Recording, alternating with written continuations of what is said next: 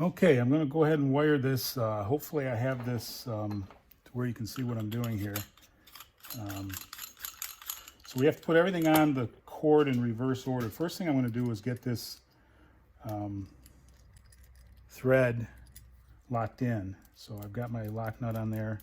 I'm just going to take and put some of this red Loctite on the threads.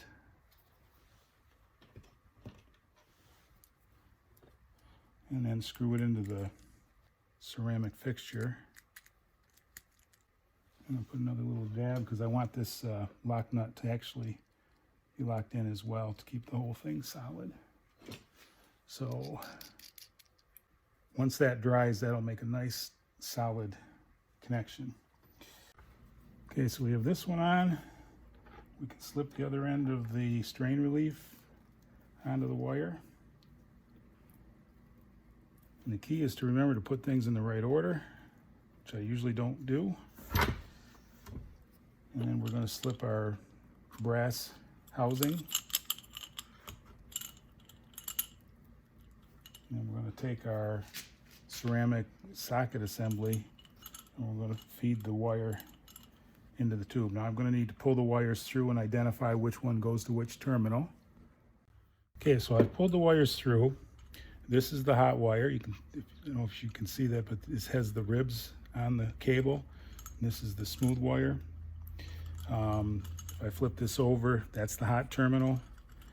And this is the neutral terminal here that connects to the threads itself. So now what I'm going to do is attach the threads to the terminal screws and tighten them down.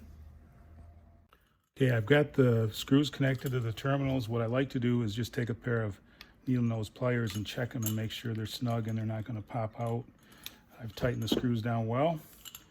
So now we can slide the housing over. And actually, I'm going to put a little dab of Loctite on here as well to lock that housing in place.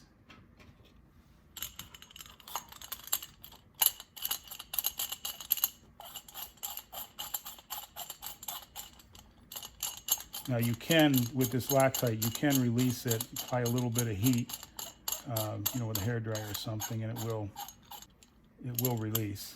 So now I can slide the strain relief down, and then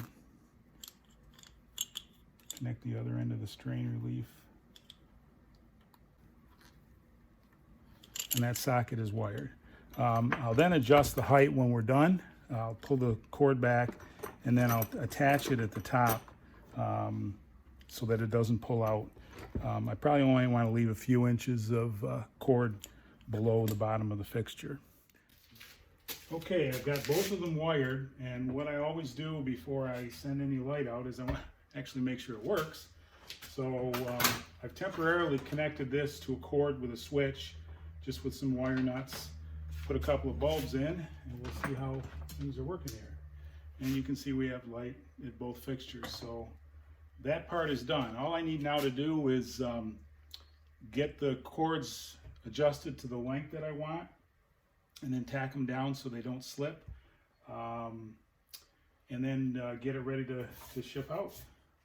Okay, I've measured each one. I've got the other one secured. I've left about 2.5 inches from the base of the light to the end of the strain relief. What I've done to secure it, this is really what's going to secure it, is I've got a black zip tie here. So I've zip tied it to the eye bolt. I'm just going to cut the excess off. And then just, I got these little plastic wire holders. They're not super strong, which is why I use the zip ties. But I can slip this over the wire and then just secure it with a screw.